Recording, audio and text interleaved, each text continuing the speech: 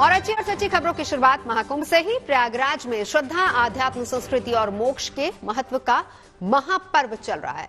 त्रिवेणी के तट पर करोड़ों लोग डुबकी लगा चुके हैं। करोड़ों का स्नान अभी बाकी है और इस बीच मेला क्षेत्र से अखाड़ों की विदाई भी शुरू हो चुकी है। महाकुंभ से विदाई लेने के बाद ये संत अब काशी, अयोध्या और वृंदावन में भक्ति की धुनी रवाएंगे, यानी कि आस्था भक्ति की छटा अब हर दिशा में बिखरेगी।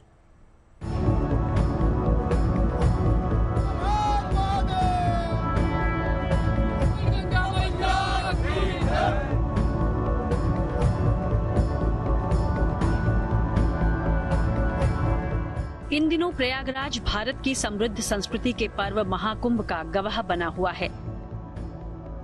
इस आयोजन की भव्यता और दिव्यता को महसूस करने के लिए देश ही नहीं, दुनिया के कोने कोने से श्रद्धालु पहुंच रहे हैं। त्रिवेणी किनारे श्रद्धालुओं का जमघट लगा हुआ है।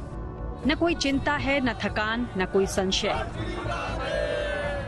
मुक्त मन में आस्था का लहराता समंदर संगम की ओर निरंतर बढ़ता जा रहा है। कुंभ में बहुत अच्छी व्यवस्था है और जितना कि अभी सुना था कि बहुत भीड़ है, लेकिन तब भीड़ होने के बावजूद भी इतनी अच्छी व्यवस्था है कि हम लोगों ने बहुत अच्छे से स्नान किया है। गंगा जल में पवित्र स्नान करके बहुत अच्छा लगा। 144 साल बाद कुंभ आता है, इसमें मैंने स्नान किया। ये एक यादगार स्मृति रही। ये शहर मुझे बहुत अच्छा लगा, महाकुंभ में स्नान करके बहुत अच्छा लगा और आज की जनरेशन में मैं बहुत लकी मानती हूँ अपने आप को कि मुझे ये सौभाग्य मिला कि मैं महाकुंभ में स्नान कर पाई। बहुत अच्छी व्यवस्था है, आपके स्नान बहुत अच्छा हो रहा है, आपके दर्शन बहुत अच्छा हो रहे, कहीं पे कोई भी दिक्कत नहीं। बहुत बढ़िया व्यवस्था है सर, पूरे व्यवस्थित तरीके से यहाँ पे स्नान हो रहा है। बहुत बढ़िया व्यवस्था है, बहुत बढ़िया। बसंत पंचमी पर अमृत स्नान के बाद अब अखाड़ों की वापसी की प्रक्रिया शुरू हो गई है। निरंजनी अखाड़े में धर्म ध्वजा को पूरे सम्मान के साथ उतारा गया।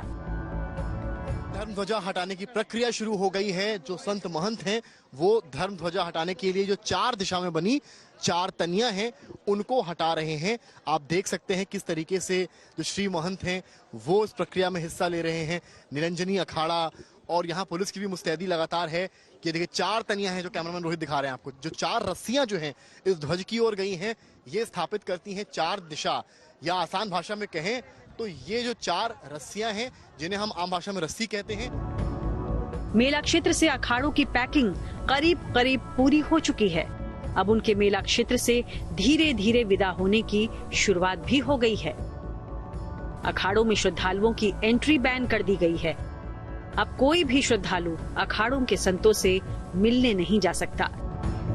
तस्वीरें देखेंगे यहाँ पर तो जितने साधु संत, जितने नागा सन्यासी यहाँ पर मौजूद रहते थे, अब उन्होंने अपने सामान को पैक करना शुरू कर दिया है।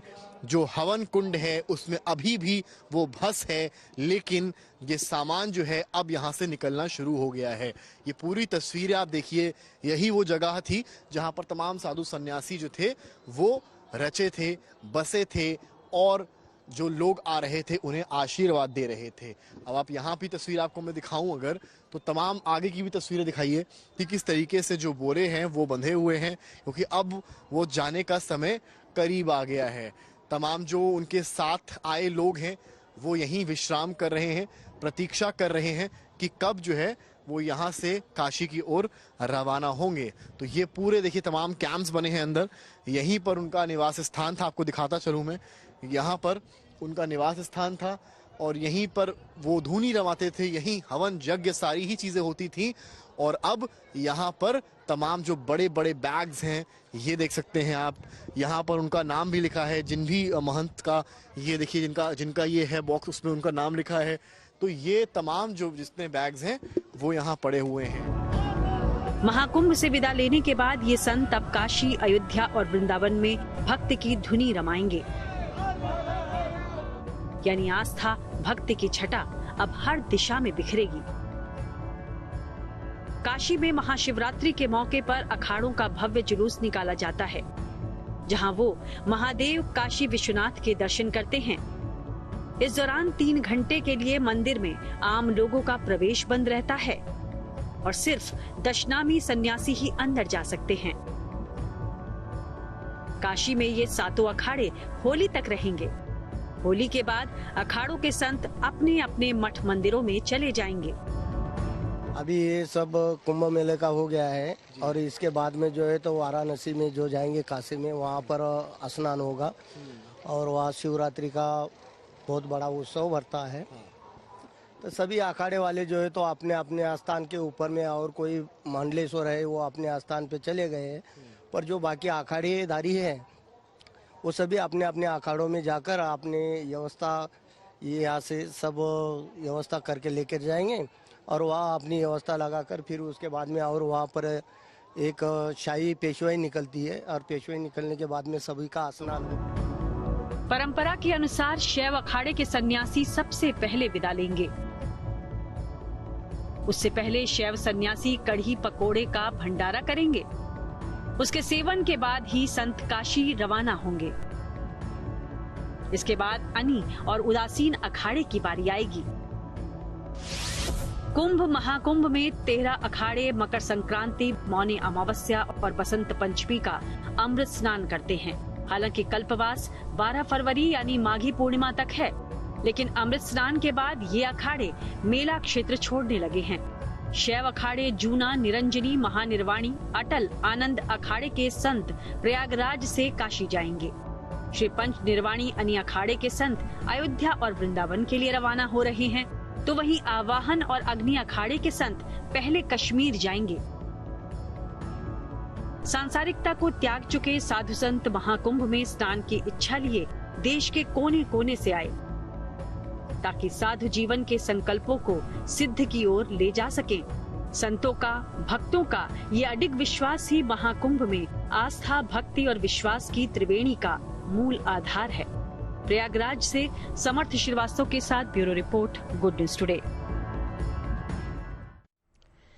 अगर आप कई किलोमीटर तक पैदल चलने की वजह से महाकुंभ आने का विचार छोड़ चुके हैं तो ये खबर आपके लिए काम की है, क्योंकि अब आप हेलीकॉप्टर के जरिए प्रयागराज एयरपोर्ट से सीधे त्रिवेणी संगम पहुंचकर गंगा में पवित्र स्नान में डुबकी लगा सकते हैं। दरअसल प्रयागराज महाकुंभ में Uttar Pradesh eco tourism development board और फ्लाई ओला की तरफ से हेलीकॉप्टर सेवा शुरू की गई है और यह हेलीकॉप्टर प्रयागराज एयरपोर्ट से उड़ान भरेगा और सीधा त्रिवेणी संगम के करीब बने बोट क्लब पर बने हेलीपैड पर आपको उतारेगा और इस दौरान आप आसानी से महाकुंभ की भव्यता और दिव्यता को भी देख पाएंगे। पैकेज की लागत 35,000 रुपए प्रति व्यक्ति है। भव्य महाकुंभ के दर्शन होंगे आसमान से और कर सकेंगे आप संगम के भी दर्शन सीधे आसमान से। और हम जो दिखाने आपको आए हैं एक चॉपर में, जिसमें शुरुआत होगी प्रयागराज के एयरपोर्ट से, वहां से आपको चॉपर मिलेगा। और कहां से ये सारी चीजें हो रही हैं, ये उत्तर प्रदेश सरकार के इको टूरिज्म डेवलपमेंट बोर्ड और फ्लाई ओला के पार्टनरशिप से ये चॉपर्स चलाए जा रहे हैं और जो श्रद्धालु हैं उनका रास्ता सुगम बनाया जा रहा है। कई श्रद्धालु जो पैदल नहीं चल सकते उनके लिए व्यवस्था बेहद खास है। 35,000 रुपए में आपको मिलेगा। यहां से चॉपर प्रयागराज एयरपोर्ट से जो उड़ेगा ले जाएगा आपको त्रिवेणी संगम, वहां से बोट के जरिए स्नान, वापस त्रिवेणी संगम और फिर वापस प्रयागराज एयरपोर्ट। हम इस वक्त शहर में हैं और प्रयागराज की तस्वीरें दिखाएं तो ये वो पूरा शहर है जो आपको कैमरामैन रोहित दिखा रहे हैं। और इन तस्वीरों के जरिए हम आपको समझाएंगे कि किस तरीके से आखिर ये भव्यतम नजारा प्रयागराज शहर का आपको देखने को मिल रहा है। मैं अपने पति और बच्चों के साथ आई हूँ। बहुत अच्छा सरकार ने इंतजाम किया हुआ है। मैं बहुत अच्छे से चल नहीं पाती हूँ, पर फिर भी सरकार ने ये प्लेन का बंदोबस्त करके और व्हील चेयर का बंदोबस्त करके हम बहुत खुश हैं और बहुत अच्छे से पूरा कुंभ में इंतजाम भी बहुत अच्छा है। हम कल कुंभ मेला भी घूमे। हम महाकुंभ क्षेत्र के ठीक ऊपर इस वक्त मौजूद हैं और तस्वीरें दिखा रहे हैं कि किस प्रकार श्रद्धालु आस्था की डुबकी लगा रहे हैं। और सामने की वो मनमोहक तस्वीरें ये बताने के लिए काफी हैं कि ये है भव्य महाकुंभ, पूर्ण महाकुंभ। और इसी महाकुंभ का इंतजार शायद हर कोई कर रहा था, जो अब पूर्णता सामने आया है। कैमरामैन रोहित के साथ समर्थ श्रीवास्तव। और बात करेंगे ईमानदारी से टैक्स चुकाने वाले लोगों को सरकार की तरफ से नई राहत की। लगता है कि जैसे सरकार की तरफ से लोगों को बचत ऑफर दिया गया है। पहले 1 फरवरी को नई टैक्स रिजीम के तहत 12 लाख तक आमदनी को टैक्स फ्री किया गया और अब आरबीआई की तरफ से 5 साल बाद रेपो रेट में 0.25% की कटौती की गई है। पिछले साल 11 दिसंबर को रिजर्व बैंक ऑफिस के 26वें गवर्नर के तौर पर पद संभालने वाले संजय मल्होत्रा ने एमपीसी यानी कि मॉनेटरी पॉलिसी कमेटी के लिए इस फैसले की जानकारी दी। MPC unanimously decided to reduce the policy rate by 25 basis points from 6.5% to 6.25%. दरअसल रिजर्व बैंक ऑफ इंडिया के इस फैसले का असर लोगों की आर्थिक सेहत पर भी पड़ेगा और कैसा पड़ेगा ये आपको बताते हैं। असल में हमारे हित की बात है। रेपो रेट वो दर होती है जिस ब्याज दर पर आरबीआई बैंकों को कर्ज देता है। इसके बाद बैंक आगे ग्राहकों को लोन देते हैं, यानी कि ज्यादा रेपो रेट तो ज्यादा ब्याज दर पर ग्राहकों को होम लोन या फिर ऑटो लोन मिलेगा। वैसे ही आरबीआई की तरफ से रेपो रेट में कटौती का मतलब ये है कि उससे ऋण लेने वाले बैंक भी ग्राहकों को कम ब्याज दर पर लोन देंगे, यानी कि आरबीआई के इस फैसले का सीधा फायदा ग्राहकों को ही मिलेगा। लिहाजा रेपो रेट में 25 बेसिस पॉइंट्स की कटौती का साफ मतलब है हमारी आपकी ईएमआई में कमी। सरकारी बैंक तुरंत ब्याज दर में कमी कर देते हैं, लेकिन प्राइवेट बैंकों की तरफ से ब्याज दर में कटौती 1 से 2 महीने में की जाती है।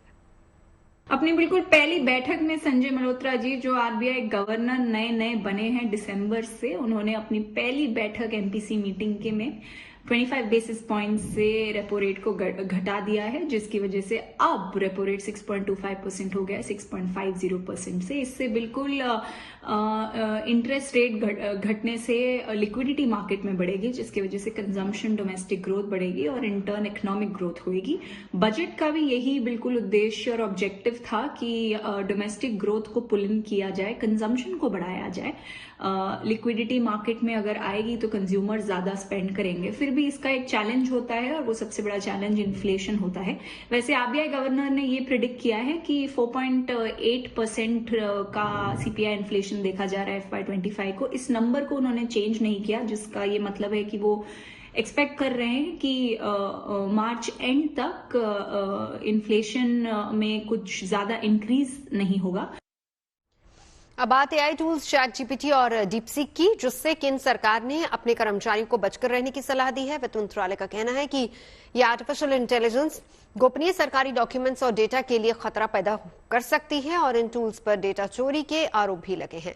भारत से पहले ऑस्ट्रेलिया और इटली भी डीपसीक को लेकर ऐसी ही चेतावनी जारी कर चुके हैं, जिसके बाद एक बार फिर से ये बहस छिड़ गई है कि आर्टिफिशियल इंटेलिजेंस के फायदे ज्यादा हैं या फिर इसका नुकसान ज्यादा है।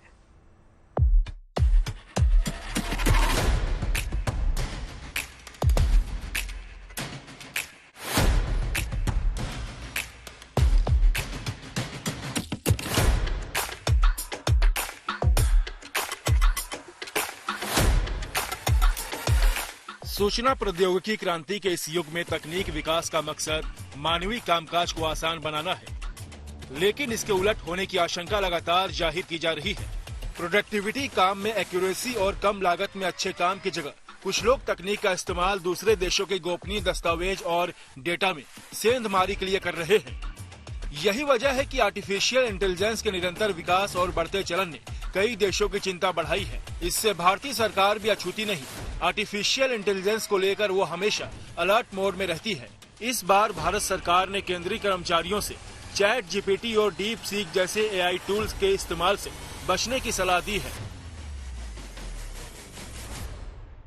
भारत सरकार ने चैट जीपीटी और डीप सीक को लेकर अलर्ट जारी किया है। भारत सरकार की तरफ से वित्त मंत्रालय ने ये अलर्ट जारी किया है और ये अलर्ट खास तौर पर सरकारी अफसरों के लिए है, सरकारी कर्मचारियों के लिए है। अलर्ट में साफ कहा गया है कि सरकारी अफसर और कर्मचारी डीप सीक और चैट जीपीटी के इस्तेमाल करने से बचें। उनसे कहा गया है कि वो अपने ऑफिशियल लैपटॉप या फिर कंप्यूटर में इस तरह के एआई टूल्स को डाउनलोड ना करें, उनका इस्तेमाल ना करें, क्योंकि उससे सेंसिटिव सरकारी जानकारी लीक होने का खतरा है। हाल के कुछ महीनों में प्राइवेट कर्मचारियों से लेकर सरकारी दफ्तरों में काम करने वाले लोगों की भी आर्टिफिशियल इंटेलिजेंस पर निर्भरता बढ़ी है। अगर सिर्फ केंद्रीय कर्मचारियों की ही बात करें तो केंद्र सरकार के 54 मंत्रालय और 93 विभाग हैं, जिनमें गृह, रक्षा, विदेश, वित्त, ऊर्जा जैसे कई अहम मंत्रालय शामिल हैं। इनमें करीब 49 लाख लोग काम करते हैं, जो सरकारी दफ्तरों में मुहैया करवाए गए कंप्यूटर या लैपटॉप का इस्तेमाल करते हैं। ऐसे में सरकार को डर है कि चैट जीपीटी और डीप सीक जैसे एआई टूल के इस्तेमाल से गोपनीय दस्तावेज और डेटा लीक हो सकते हैं या गलत हाथों तक पहुंच सकते हैं। अमेरिकी कंपनी ओपन एआई का चैट जीपीटी दुनिया में इस्तेमाल होने वाला सबसे मशहूर एआई टूल है, जबकि डीप सीक चीन की तरफ से हाल में बनाया गया सबसे सस्ता और एडवांस एआई टूल है, जिसने लॉन्च होते ही आर्टिफिशियल इंटेलिजेंस के डेवलपमेंट से जुड़ी अमेरिका की तमाम कंपनियों के लिए चुनौती खड़ी कर दी है। आपको बता दें कि डीप सीक को बनाने वाली एक चाइनीज कंपनी है और जैसे ही डीप सीक का ऐलान हुआ था, पूरी दुनिया में इसको लेकर बेहद चर्चा हुई, क्योंकि कहा जा रहा है कि एआई टूल्स में डीप सीक सबसे सस्ता टूल है, लेकिन कहीं ना कहीं इसमें डेटा लीक करने के आरोप भी लगाए जा रहे हैं। दरअसल जब हम कोई आर्टिफिशियल इंटेलिजेंस से जुड़े प्लेटफॉर्म का इस्तेमाल करते हैं तो उनकी तरफ से व्यक्तिगत जानकारी भी मांगी जाती है, जो इन प्लेटफॉर्म पर स्टोर हो जाती है। चीनी एआई टूल डीप सीक का सर्वर चीन में ही मौजूद है। ऐसे में डेटा मॉनिटरिंग बेहद आसान हो जाती है, जिससे डेटा प्राइवेसी का भी खतरा पैदा हो जाता है, जिसकी वजह से अहम सरकारी दस्तावेज भी गैर जरूरी या खतरनाक हाथों तक पहुंचने का संकट खड़ा हो जाता है। वो नजरिया ये है कि जब आप इन नए एआई चैटबॉट्स का इस्तेमाल करते हैं, इनसे बात करते हैं, अपना डेटा शेयर करते हैं, तो हमें ये नहीं पता कि उस डेटा का क्या होता है। क्या वो डेटा से इस्तेमाल करते हैं या वो डेटा का दुरुपयोग नहीं करते हैं। ये बहुत सारे सवाल हैं जो हमारे सामने हैं और हमारी सरकार को इसके बारे में भी क्लैरिटी नहीं दी गई है। और जाहिर सी बात है, जब क्लैरिटी नहीं दी गई है तो जो सरकार का डेटा है, जो बहुमूल्य डेटा है, वो बाहर इस्तेमाल ना हो, गलत हाथों में ना पड़े। इसके चलते अभी हमारी फाइनेंस मिनिस्ट्री ने यह फैसला लिया है। भारत में जिन एआई ऐप्स का इस्तेमाल हो रहा है, उनमें से ज्यादातर के सर्वर देश में नहीं हैं। ऐसे में इससे देश की संप्रभुता को खतरा पैदा हो सकता है। भारत से पहले ऑस्ट्रेलिया और इटली भी डीप सीक को लेकर ऐसी ही चेतावनी जारी कर चुके हैं। यही वजह है कि सरकार ने भी खास तौर पर कर्मचारियों से सरकारी दफ्तर के कंप्यूटर, लैपटॉप में एआई ऐप का इस्तेमाल न करने को कहा है। तब तक भारत भी इस कोशिश में है कि वो जल्द से जल्द अपना खुद एआई मॉडल विकसित करे, जो ज्यादा सुरक्षित और भरोसेमंद है। भारत ने इसके लिए जो टाइमलाइन तय की है, वो 10 महीने की है।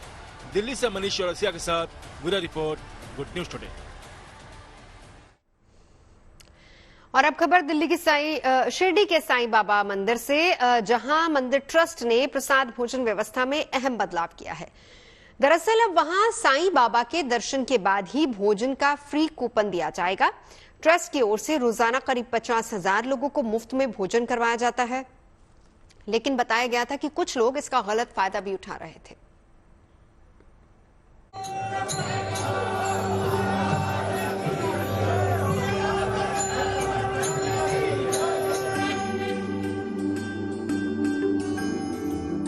शिरडी के साईं बाबा मंदिर में अब कुछ इसी तरह भक्तों को प्रसाद के साथ कूपन भी मिल रहा है।